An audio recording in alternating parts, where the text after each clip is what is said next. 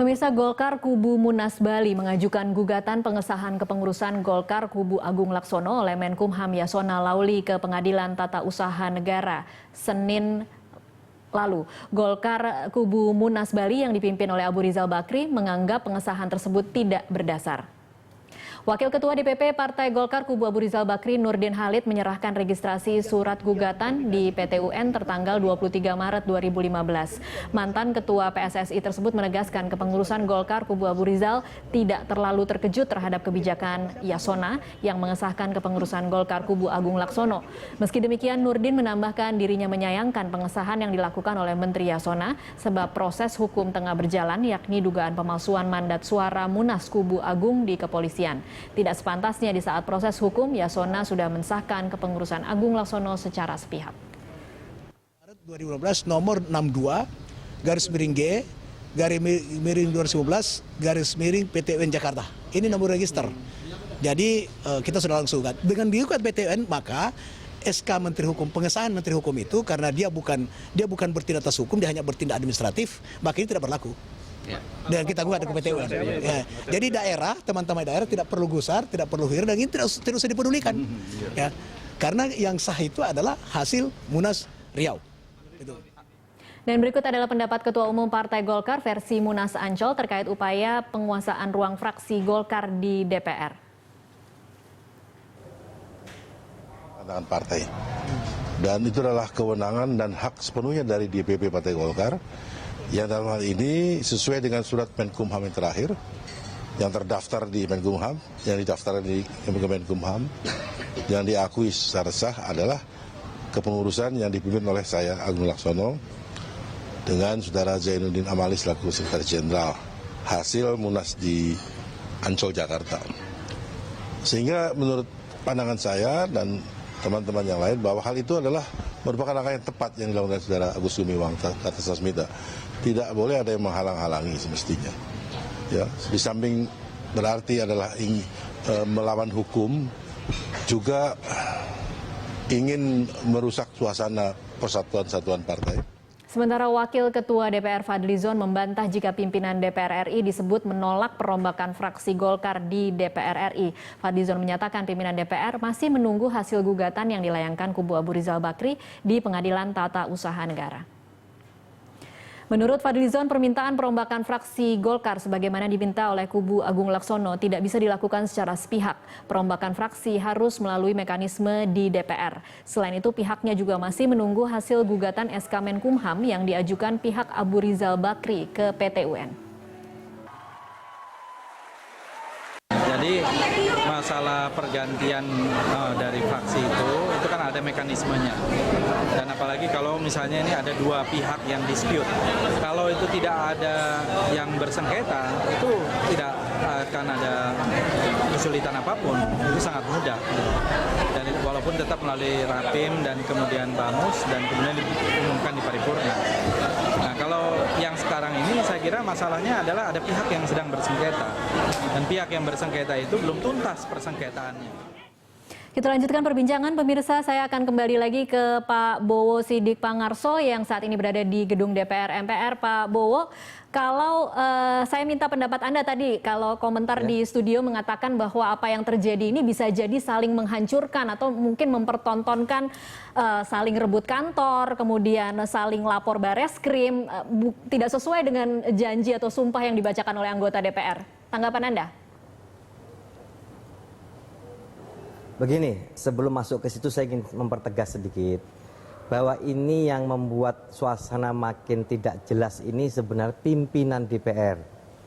Tadi sudah pimpinan DPR Fadlizon mengatakan bahwa dia masih menunggu tuntutan hukum yang dilakukan ARB ke PT UN. Sebenarnya sebagai pimpinan DPR dia melihat hukum mana yang sah dan mana yang masuk suratnya kepada pimpinan DPR. Tetapi karena pimpinan DPR ini bermain, maka jelas sekali mereka mempersulit pembacaan pimpinan fraksi yang baru dari Kubu Agung Laksono. Saya mencontohkan, biasanya kami paripurna seminggu bisa 3 kali, 4 kali, tergantung persoalannya. Tetapi kali ini sejak tanggal 23 hingga saat ini belum terjadi paripurna. Oke. Sedangkan banyak surat-surat masuk yang ke pimpinan DPR, karena salah satu yang harus dibacakan adalah surat dari Agung Laksono untuk kepengurusan fraksi yang baru, maka sampai saat ini pun pimpinan DPR belum melakukan rapat paripurna. Bahkan hari ini saya mendengar mereka mengadakan rapim untuk pembahasan rapat paripurna, dan sampai malam tadi sudah diselesaikan rapatnya, tetapi saya belum mendengar akan diputuskan kapan rapat paripurnanya. Tapi ini catatan lagi, Pak. Kemarin pada waktu kita masuk ke ruangan fraksi, Fadlison sebagai sebagai pimpinan DPR memfasilitasi dan menyepakati bersama bahwa hari Kamis mereka akan melakukan rapat paripurna untuk bisa menyelesaikan konflik internal Partai Golkar di fraksi Golkar ini dengan cepat. Kalau sampai Fadlison sebagai ketua DPR kemudian mempending lagi masalah ini, masyarakat supaya tahu bahwa konflik ini terjadi dibuat oleh pimpinan DPR kita. Itu, Mbak. Oke, strategi Anda selanjutnya, Halo? Pak Bowo, kalau kemudian yang terjadi adalah hal seperti itu di hari Kamis, paripurna tidak juga mengesahkan kepengurusan fraksi Golkar versi Munas Ancol untuk berada di Senayan, apa yang akan dilakukan oleh kubu Agung Laksono? Kami jelas akan mengambil tindakan keras, Bu. Kami akan mengatakan bahwa kami melakukan mosi tidak percaya kepada pimpinan DPR. Pimpinan DPR telah melanggar sumpah. Sumpahnya jelas dia harus buat jujur, adil, tidak berpihak pada siapapun, dan jelas dia harus membacakan surat-surat masuk. Ini bahaya buat pimpinan DPR, Bu. Dan kami akan masuk. Kemarin sudah kami sepakati, ruangan fraksi tidak boleh ditutup, tidak boleh dikunci. Harus bebas untuk umum. Boleh kami masuk semuanya. Dan dari kubu Adik Kamarudin dan Bambang Susatyo mengatakan Kamis dibacakan paripurna, dan apabila yang dibacakan Agung Gumiwang, maka mereka akan legowo menerima dan siap menjadi anggota fraksi biasa. Jadi kami akan bertindak sampai Kamis tidak ada, maka kami akan duduk lagi di kantor fraksi. Dan ini supaya masyarakat tahu, pers tahu, ini akibat pimpinan DPR yang melakukan mengundur, mengolor-ngolor rapat paripurna. Karena apa? Kita tahu bersama, tadi disampaikan oleh pengamat kita, bahwa pimpinan DPR kita rata-rata adalah KMP, Bu. KMP, saya minta tolong pimpinan DPR harus buat netral, jangan berpikir kepada KMP atau manapun. Itu harapan kami, Bu. Oke, kalau saya konfirmasi terakhir kali lagi, Pak Bowo, dari kepengurusan yang ada saat ini di Golkar, berapa sebenarnya akan mengalami pergantian untuk kepengurusan versi Agung Laksono? Atau semuanya akan diganti? Maksudnya untuk fraksi? Fraksi, iya. Untuk fraksi? Iya. Oh tidak, kami sudah membuat draft kepengurusan, tidak, Bu. Bahkan 50% itu rata-rata kepengurusan fraksi yang lama, AKD yang lama, bahkan banyak. Mungkin kalau ketua-ketuanya mungkin iya, tetapi anggota fraksi, badan banggar, itu banyak orang-orang lama semua kita masukkan kembali. Sebenarnya yang konflik ini bukan teman-teman anggota DPR, Bu, yang konflik beberapa orang saja. Jadi sekali lagi, kami fraksi Agung Gumiwang dan Sekretaris Fayakun dan Mas Agung Laksono dan Amali sebagai sekjen, itu sudah mengakomodir kepengurusan fraksi ini, AKD ini dari kepengurusan yang lama. Jadi tidak semata-mata kita menghabisi mereka, tidak ada tuh, Bu.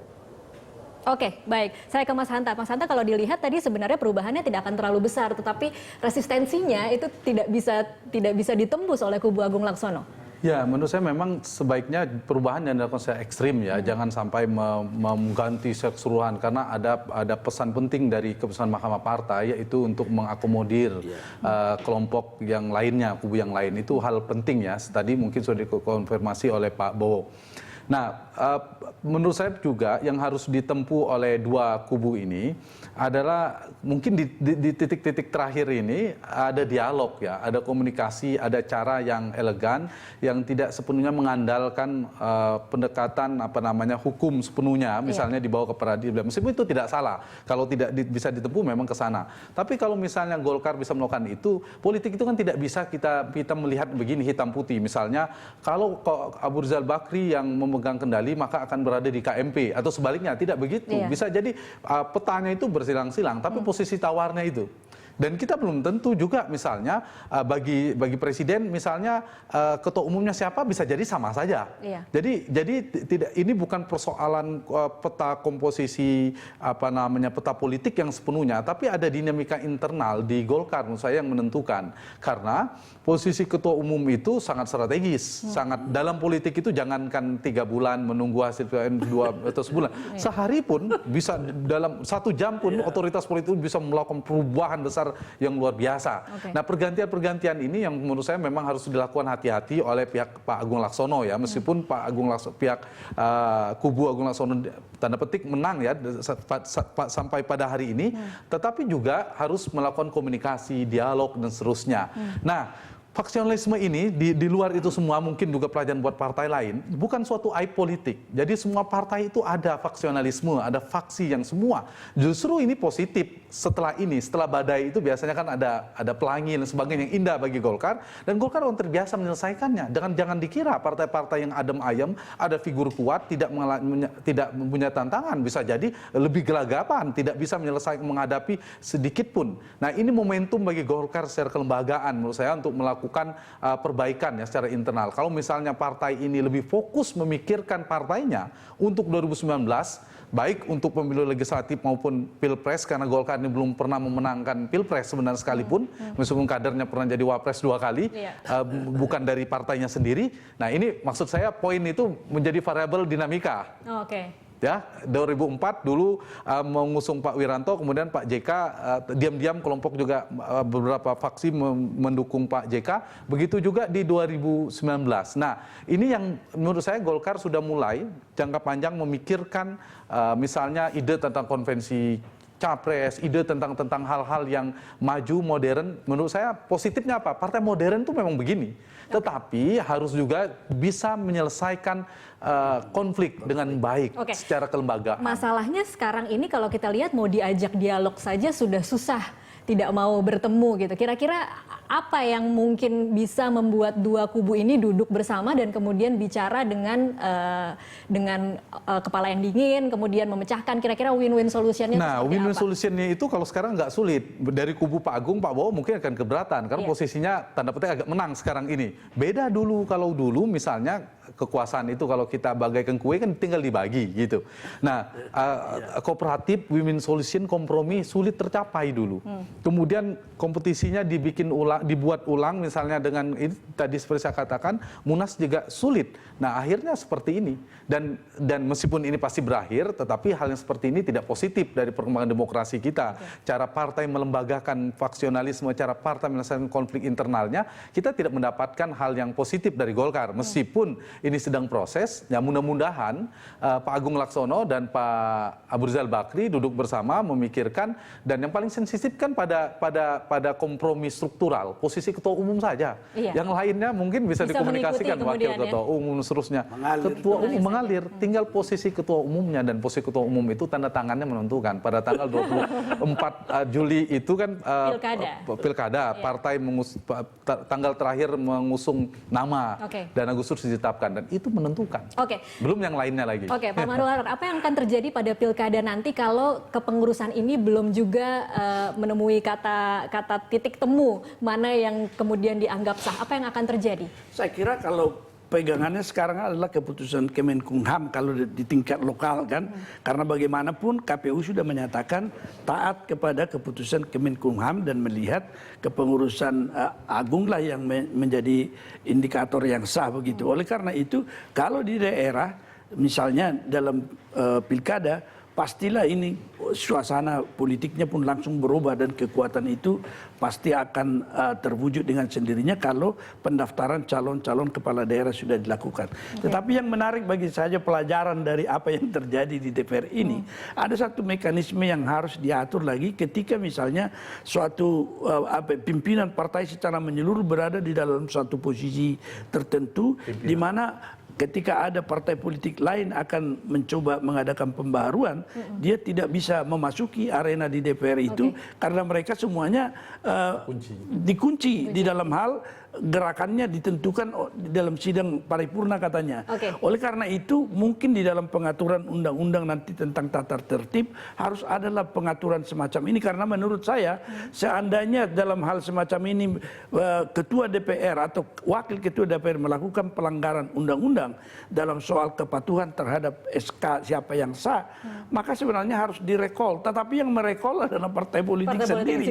Bagaimana mungkin seandainya ada bagian tertentu bahwa rakyat dalam suatu kumpulan tertentu yang memilih mereka melakukan tindakan yang bertentangan dengan prinsip konstitusi, seharusnya rakyat bisa merekol juga mereka itu.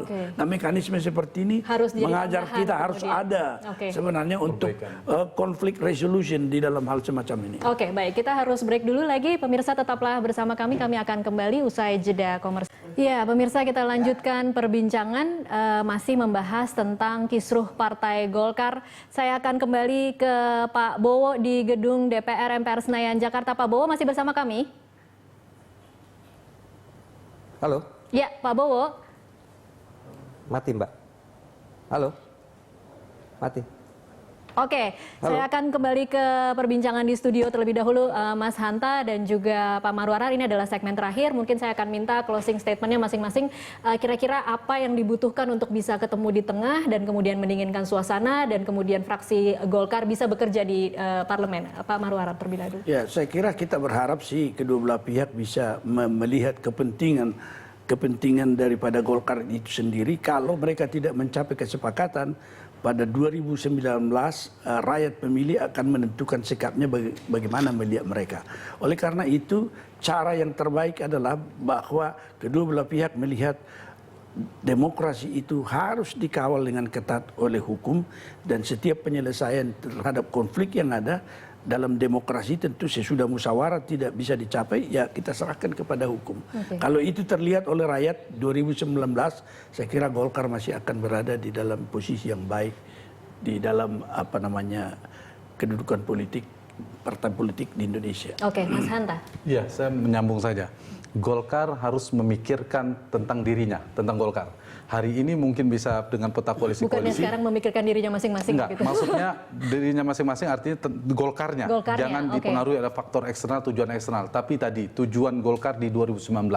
Karena di 2019 nanti Gerindra akan memikirkan Gerindra, PKS akan memikirkan peluang PKS, Demokrat juga begitu, semua partai akan memikirkan. Dan jangan sampai nanti memimpin koalisi, memimpin pertarungan sepanjang 5 tahun, tetapi kalah di grand final di pemilunya, di perolehan sesungguhnya. Dan itu yang harus diperhatikan Golkar. Dan kita tahu Golkar ini kan partai paling senior. Mudah-mudahan nanti ada cara yang cantik ya, yang ada titik temu di antara dua ini. Tetapi kalau misalnya sulit juga ya kita harus berbasis pada hukum. Karena demokrasi kalau tidak ada basisnya hukum nanti seperti kerumunan yang tidak jelas. Karena itu harus tunduk pada konstitusi, pada undang-undang, dan ujung dari semua itu Golkar ini menurut saya memiliki peluang yang besar untuk tumbuh, tetapi juga sebaliknya kalau tidak berhati-hati juga mengalami degradasi yang semakin tajam juga berpeluang besar. Tugasnya adalah PR besar Golkar adalah mengelola konflik internal,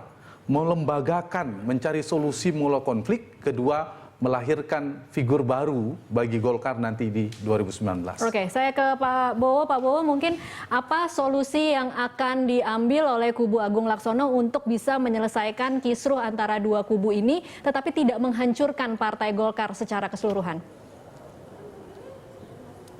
Ya, begini, saya mempertegas kembali bahwa Partai Golkar tidak ada masalah, artinya sudah selesai. Karena dengan pengakuan Kumham dan KPU mengatakan bahwa rekomendasi yang akan digunakan untuk pilkada adalah sesuai dengan keputusan SK Kumham, maka teman-teman tingkat 2 seluruh Indonesia hari ini sudah merapat semua, Mbak. Mereka merapat semua. Semua itu 100% ya, Pak Bowo? John Amali. Artinya, boleh dikatakan 100% keputusan tingkat 2 sudah merapat semua kepada Ketua Umum kita Agung Laksono dan Sekjen kita Zainuddin Amali, dikarenakan apa? Memang tadi dikatakan narasumber tadi bahwa kepentingan pilkada ini mereka maka mau tidak mau harus mengakui kepengurusan yang diakui oleh hukum, Kementerian Hukum. Oke. Nah, yang kedua Mbak, berkaitan tadi kami kemarin itu pada waktu di lantai 12 ruang fraksi, kami sudah difasilitasi dengan disaksikan oleh salah satu pimpinan DPR Pak Fadlizon, itu kesepakatannya adalah kita status quo, tidak boleh mengambil keputusan apapun baik dari Ade Kamarudin maupun Agus Gumiwang. Tetapi kenyataannya hari ini, itu pimpinan Sekjen DPR RI melalui surat dari fraksinya Ade Kamarudin melakukan rotasi anggota komisi. Bahkan ini melanggar undang-undang MD3 di mana 3 orang anggota kami dirotasi tanpa diletakkan di komisi, kemudian ada 3 orang menjadi 2 anggota komisi. Ini gegabahnya Sekjen DPR yang ikut bermain dalam tekanan pimpinan DPR untuk melakukan itu. Oke, Jadi Pak Bowo, kami saya ke perjelas depan, lagi Mbak, rotasi ini karena orang-orang itu ya. adalah orang-orang dari kubu Agung Laksono.